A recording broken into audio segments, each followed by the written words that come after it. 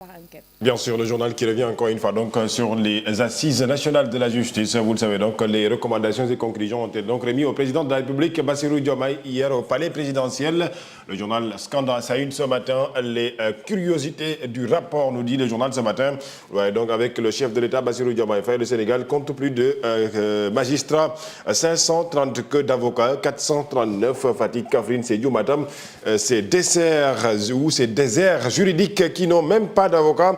Alors donc sur le corporatisme d'exclusion des notaires avocats, entre autres. Donc le journal revient encore une fois sur ces conséquences, en tout cas sur ces conclusions des assises de la justice qui ont été donc remis au chef de l'État, Bassirou Diomaye Faye, donc hier au palais présidentiel. Nous reviendrons encore une fois sur cela. Notamment donc beaucoup de quotidiens qui en ont parlé aussi ce matin. Donc vous le voyez, puisqu'il y a beaucoup de quotidiens qui ne sont pas encore donc, téléchargés dans justement donc, le petit PC que vous voyez ici. Mais le journal Point Actu est revenu encore une fois sur ce conseil supérieur donc, de la magistrature. Le président Diomaye Faye mène le suspense, nous dit le journal de ce matin. Vous le savez, je ne peux pas accéder par des manœuvres et je ne parviendrai pas à m'y maintenir. Le chef de l'État, Bassirou Diomaye Faye, hier donc le chef de l'État reconnaît que les magistrats veulent son maintien au Conseil supérieur de la magistrature. Je suis totalement neutre pour le rapport, donc, ou bien par le rapport au Conseil supérieur de la magistrature, dit-il. Le ni-oui de Diomaye au sujet de sa présence, Diomaye Faye, qui veut la matérialisation des réformes consensuelles, donc consensuelles sans incidence financière, a dit donc le chef de l'État. Bassirou Diomaye Faye à la une du journal Point Actu, l'observateur qui revient encore une fois sur cela par rapport justement donc à cette remise du rapport final des assises de la justice. La justice est la voie de l'indépendance, a dit donc le journal Vox Populi ou le journal L'Observateur ce matin.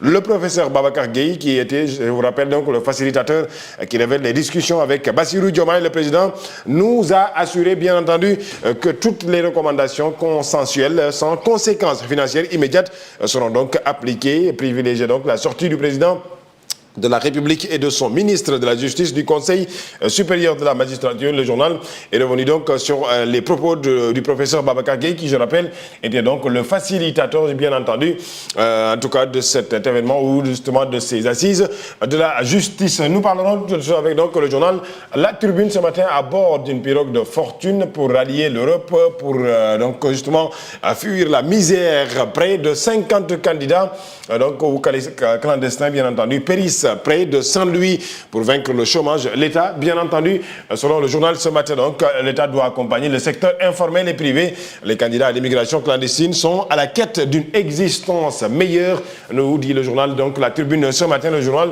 du groupe des médias qui parle encore une fois de cette opération, cette étape, je rappelle, donc de la nécessité d'aller au-delà du folklore, nous dit le journal ce matin, puisqu'il faut le rappeler, c'est demain encore une fois une journée spécifique, ce qu'on appelle donc une journée Cleaning Day. Ce sera donc à partir de demain, samedi 6 juillet 2024. Le journal Yor est revenu encore une fois donc sur cette fois-ci le Premier ministre Ousmane Sonko. Renégociation de tout contrat jugé léonine. Le gouvernement Sonko pose l'acte 1, nous dit le journal ce matin, puisque Ousmane Sonko a donc cérémonie de dédicace du livre Pétrole et gaz du Sénégal, chronique d'une spoliation de le 30 janvier 2018. Si je suis président ou membre du gouvernement, tous ces contrats devront faire l'objet de renégociation ou, à défaut, en rationalisant ou en tout cas, en nationalisera, bien entendu, donc, parce que le peuple sénégalais a plus besoin de ses ressources que le multinational.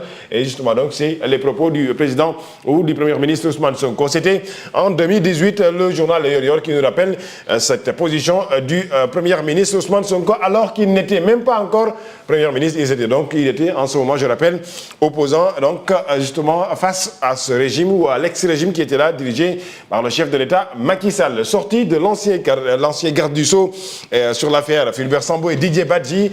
Vous le savez donc, Ismaïla Madior Fall et en tout cas a parlé sur ce sujet dans une émission ou dans l'émission de Maïmouna Ndour Faye, bien entendu, à la 7TV, il faut le rappeler, pionnier Ismaïla Madior Fall se rétracte, nous dit le journal ce matin, puisque sur cette sortie où il a dit que bien entendu cette affaire affaires liées à, en tout cas, l'affaire sur Fulbert Sambou ainsi que Didier Badji concernerait, en tout cas, serait concerné dans justement donc cette affaire qu'on appelle, en tout cas,